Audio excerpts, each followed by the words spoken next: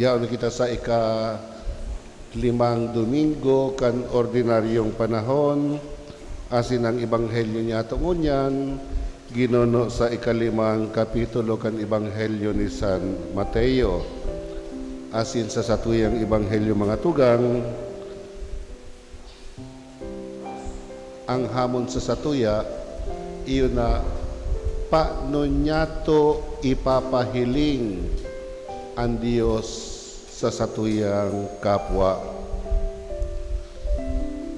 Sa satuyang ebanghelyo mga tugang, si Jesus sinabi niya in a very clearly na kung ano dapat kita. Sabi ni Jesus, kamo an asin, kamo an ilaw nin kinakban. Kamo ang asin, kamo ang ilaw. Dahil niya sinabi na pirito ninong magi kamong asin, pirito nindo na magi kamong ilaw. Dahil niya sinabi iyan. Kundi sabi niya, kamo ang asin, kamo ang ilaw. Alagad mga tugang, paano kita magiging asin? Paano kita magiging ilaw kan kinakban? Ang simbag yaon sa satuyang enot na babasahon na ginuno sa libro ni Propeta Isaías. Paano kita magiging ilaw? Paano kita magiging asin? Ang sabi bagad ni Propeta Isaías sa satuyang enot na babasahon, dahil niya sinabi na magigitang ilaw, magigitang asin, kung matibay kitang magtukdo, kung eloquent kitang mga speakers, kung daradara niya to ang Biblia, asin itukdo niya to sa satuyang kapwa. No, bakong iyan. Kung matibay kang magtaram, kung matibay kang magkumbinse, bako man yan ang sinasabi ni Propeta Isaías. Tangani kitang maging ilaw, tangani kitang maging asin. Ano sinasabi niya digdi? Sabi baga digdi, hirasan mo kan sa imong tinapay ang nagugutom. Hirasan mo kan sa imong tinapay ang mga nagugutom. Ang daing harong pasakaton sa imong harong. Sumod sabihin mga tugang, magikitang maliwanag na ilaw kung kita masisimbagan ang mga pangangaipo kan mga dukha. Kung kita makanood maghiras kan satuyang sadiri sa mga nangangaipo, iyan ang magiging ilaw niya to. Maliwanag kita bilang ilaw ng kinaaban. Kaya kung hihilingon mo mga tugang, ang pangapunan sa satuya na magigitang mga matured Christian, mga matured na Christian. Ano pag sinabing matured, dahil siguro kita mga immature. Paano kita magiging matured Christian? Ang mga aki baga, no? Pag aki pa, anong ginigibukan mga aki? Hagad sa nang hagad, mama, pahagad candy, mama, mainom ako, mama, puro sa nahagad dahil aki pa. Pero habang nagmamature, pag nagtatalubo na, nakakanood ng maghiras sa iyang tugang, may saro akong tinapay, banga naman kita. Nakakanood ng magtao, nakakanood ng maghiras kung ano anyaon sa iya. Pero pag matured na, minsan kakakanon niya na sana, itatao niya pa sa iyang kapwa. Ang magay na ihimplo kanian mga ina, di ba? Ang ina idinudusay ang sa iyang buhay para sa iyang aki. Sa pangaki pa sana, sabi bagay ang babae daang nangangaki, ang sarong bitisya o sa erarong kang kalot, agaw buhay ang pagpapangaki. Pagkatapos pag nangaki na, mina puyat, ginigiwa ang gabos, tanganing dai makulugan, tanganing komportable ang sa iyang aki. Pag nagdakula na, yun na yan na, kakakanon niya na sana, itataon niya pa sa iyang aki. Dahil isa na magutuman aki. Kaya nga ni magakan, mga aki pa kita, so kami, no? Kan mga aki pa kita, minsan baga, sabi kan sa kuyang ina, antipo sa kuya ha, mahibugan sa indong kiray pag nagkakan kamong tipo, kaya ang tipo sa kuya. Papatubudong ka na, maraot ang magkakaning tipo. Ito palan, kang maintindihan ko, kaya palang tipo ang sinasabi niya, tanganing itong marahing na klase, itatao sa imo bakong tipo. Sa inda ang tipo, tanganing ang marahay na klaseng parte kang maluto sa iyang mga aki. And anan po dito mga tugang, talaga ang pinaka-modelo kang tunay na maturity, iyon sa tuyang kagurangan. Taano, idinusay niya ang sa iyang buhay para sa tuya gabos. Idinusay niya, mayong itinada kang siya nakapako sa krus, sarok na sanaan sa iyang property. Ano iyan? Si mama niya. Pero itinao niya pagiraray, uyaan sa imong aki, uyaan sa imong ina. Ang tunay na matured na Kristiyano mga tugang, pag nagtatao, mas marahay na dai maaraman kan tinatawan mo kung na ika nagtao. Iyan, mga tunay na mga Kristiyano. Minsan kita matao, minsan mga ma-donate ng tukawan, donated by Kador Dakula. Pero ang tunay na nagtatao, mas marahay na dae mo isasabi na iyan sa imo hali. Dahil ang mabalo sa imo, ang sa tuyang ama na nakakahiling sa hilom. Aha. So kaya, iyon ang sinasabi ni Propeta Isaías, paano kita magiging ilaw nin kinaban? Magigitang mga matured, na ang iisipon ta, bako ang sa tuyang sadiri. Na kita, kung kita matao, dahil ita iisipon na, dapat ma-acknowledge niya ako, dapat aram niya, nasa kuya yan hali. Bakong iyan? Kundi, mas maray kung itinao mo, dain niya na araman kung sa inhali sinagtao sa imo. Yan ang mga tunay na matured Christian. So, iyon ang pangapunan sa satuya. Magigitang ilaw ng kinaban, bako dahil matibay kitang magsermon, bako matibay kitang magtaram, kundi kung kita nakakataunin tabang, lalong-lalo na sa mga nangangaipo. So, iyan ang sinasabi ni Propeta Isaías. Sa satuyang ikalawang babasahon ng mga tugang, sa surat ni San Pablo sa mga taga-Korinto, ano ang sabi ni San Pablo?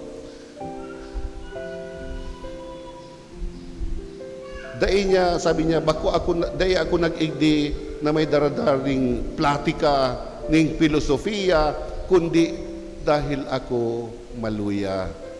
Na kung dahil kita maluya, sa satuyang kaluyahan, mas minakusog kita dahil sa satuyang kaluyahan, sa Diyos kita minalaom. Bako sa satuyang sadiri, kundi sa mahal na Diyos. Kaya mga tugang, kung paano na kita sa satuyang sadiri na ang paghuna ta, kita na sana ang marahay. Ang paghuna ta, sindagabos maraot, ako na sana ang marahay. Na kitang maitatao sa satuyang kapwa ning marahay. Dahil the more you acknowledge your nothingness, the more na malaong kita sa mahal na Diyos. Dahil kung paano kita sa satuyang sadiri, ang itatao ta sa satuyang kapwa, kita. Bakong ang mahal na Diyos, kundi kita. Kaya sinasabi ni San Pablo, dahil ako napadigdit sa pagtauning platika, kundi sa sakuyang kaluyahan, ang Diyos ang binatao sa indo nin biyaya. Yan sa ikaduhang babasahon. Ngunyan mga tugang sa satuyang ebanghelyo, naggamit ning duwang imahin ang satuyang kagurangnan. Ilaw, asin, asin. Asin, asin, asin. Asin, saggod tinapay. Asin, saggod tinapay. Ano ta? Ay, tinapay. Asin, saggod, ilaw. Ano ta asin? Imagine mo mga tugang na kung ika nagluluto na mayong asin. Pag kita nagkakakan sa restaurant, pagkakanta sa labsay. Tinipid na naman nga kani si asin. Malabsay. Pag nagluluto kita, nakulang ang asin, o namayong asin, dahil mo ma-apresyar ang kakanon. Kaya itong seminarista pa ako, na-destino ako sa sarong parokya, siyempre dahil ko sasabihon kung sain. Itong parokya, ang padi, may high blood. Dahil may high blood siya, gusto niya ang luto, mayo ning asin. High blood. Dahil duman, gabos kami, ang kinakakan mi, mayo ning asin. Sabi ko, siya sa naman may hilang. Di siya sa naday magpaasin, eh niya na pagdamay ang ibata. Nagraot ng makakangka, mayo ning namit. Kaya kami, pagkakakan, igod naman yung patis, kinakaganan mi o asin. Dahil ang asin, nagpapasiram kan luto. Kaya sinasabi kan sa tuyang kagurangnan, kamo ang asin nin kinaban. Tano, kung kita ang asin nin kinaban, kita ang mapasiram kang buhay kan sa tuyang kapwa. Kita ang matauning namit sa buhay kan sa tuyang kapwa. Nan sa tuyang kapwa, masabing, wow, this is the best. The world is the best place to live on. Magayunon mabuhay sa kinaban. Tano, may mga asin. Dahil man, sobra ka. Asin ta, maaskado naman yan. Pero, mind you, my dear sisters and brothers, kaya ginamit kang kagurangnan ng asin, tabakusan ng inimpantempla. Ano pa? Pang-preserve. Kang nadestino ko sa si Roma, itong sarong para sira duman, nagbabalad ning sira sa dagat. Pagbalad ning sira sa dagat, pagbalad ning sira, pigbabalad niya, inaalang, dahil man nag-init, nag-uran.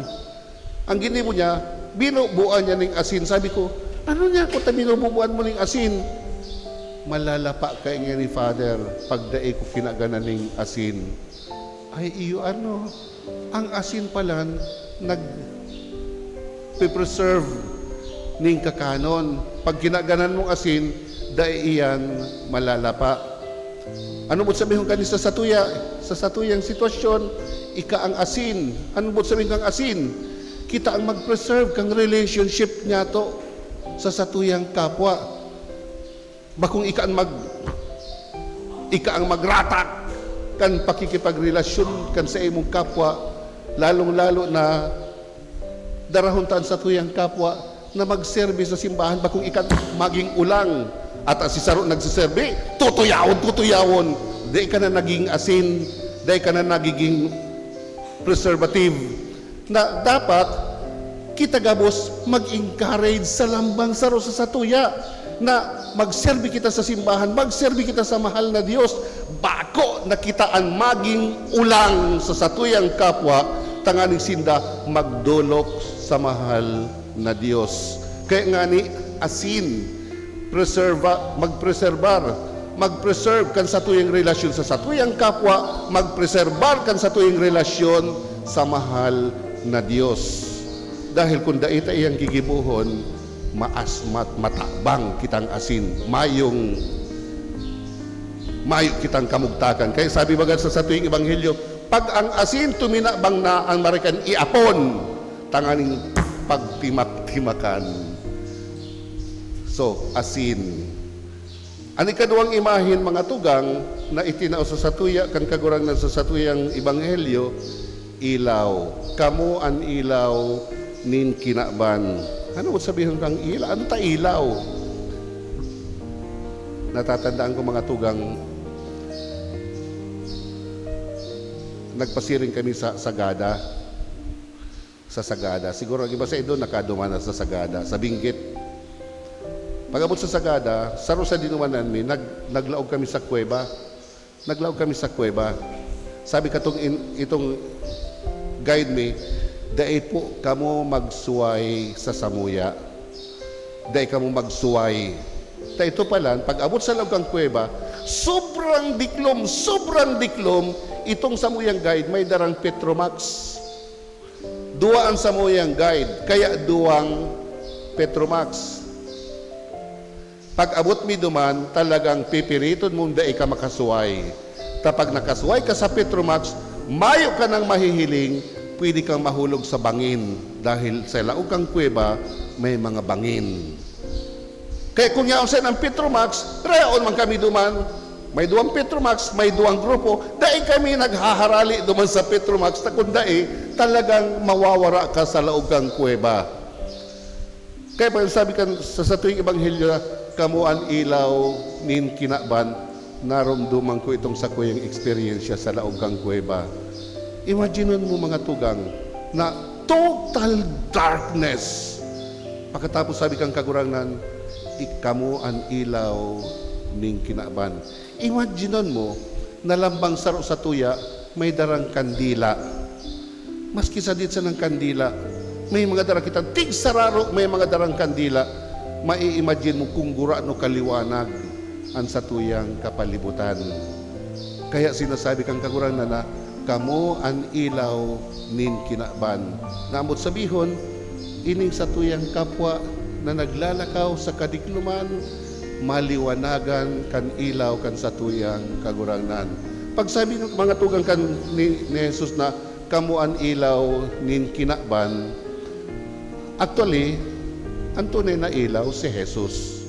Ang tunay na ilaw si Jesus. Kita, mga reflektor sa nakita kan ilaw ni Jesus. Garo kita, bulan, ang bulan baga, may man sa diring liwanag, di ba? Sa inhali ang liwanag kang bulan sa saldang. So, ang liwanag kang saldang, pag nagtama sa bulan, ma-reflect iyan, pasiring sa madiklom, kaya kita naliliwanagan kang bulan. Iyo ini ang satuyang role. Kang sinabi ni Jesus na, kamo an ilaw nin kinaban, but sabihon, mag-reflect ang sakuyang liwanag sa saindo, tanganin kamo ang magtaon ning liwanag sa saindong kapwa. Kaya, dai kita magiging tunay na ilaw kung may kitang koneksyon sa saldang. Kung may kitang koneksyon kay Jesus, dai kita magiging tunay na ilaw kang kinaban, magiging madiklom ang satuyang buhay. Bako sana ang satuyang buhay, kundi ang satuyang kapwa na nakakarani sa satuya, mamamati nindaan sa imong diklom. Kaya sinabi ni Jesus na kamo an asin, kamo an ilaw. Dai niya sinabing pirito din doon na kamo maging asin, pirito din doon na kamo maging ilaw, kundi kamo mismo ang asin, kamo ang ilaw ning kinaban. But sabihin, isabuhay ta ang satuyang bukasyon bilang mga disipulo kan satuyang kagurangan. Igo akong natandaan na istorya na sa sarong parokya, igwang sarong gurang nga no read, no write. Dahil taong magbasa, dahil taong magsurat. Pero siyang, pag nagsisimba siya, maamay siya sa simbahan, masamhod na siya sa simbahan, pupunasan mga nintrapo at mga tukawan. Urual daw niyang ginigibo yan. Tapos pag may ati, sasamhodan niya. Urual daw ginigibo niya yan. Tapos may naghapot sa iya, Lola, binabayadan ka kan ginigibo mo.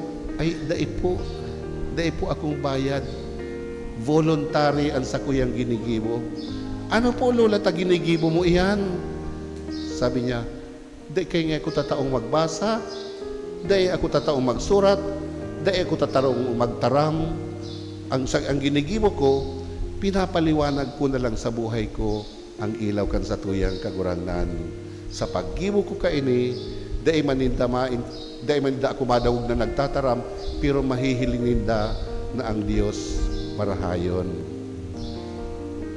After so many years na nakaagi, na nagadana itong gurang, igwang sarong bagong padi sa parokya na nag-celebra kan sa iyang first mass, Misa de Gracia.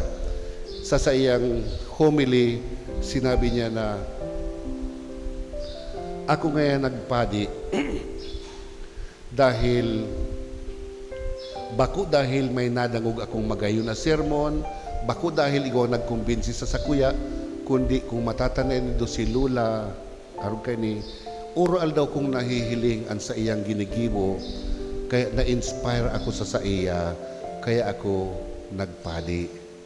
See, itong gurang, dahil siya nagtaram, dahil siya silensyo na nagtatrabaho sa simbahan, ito pala ang sa iyang ilaw, nagliliwanag, igwang sarong kalag, na nagdesisyon magpadi dahil nahilingan sa iyang liwanag.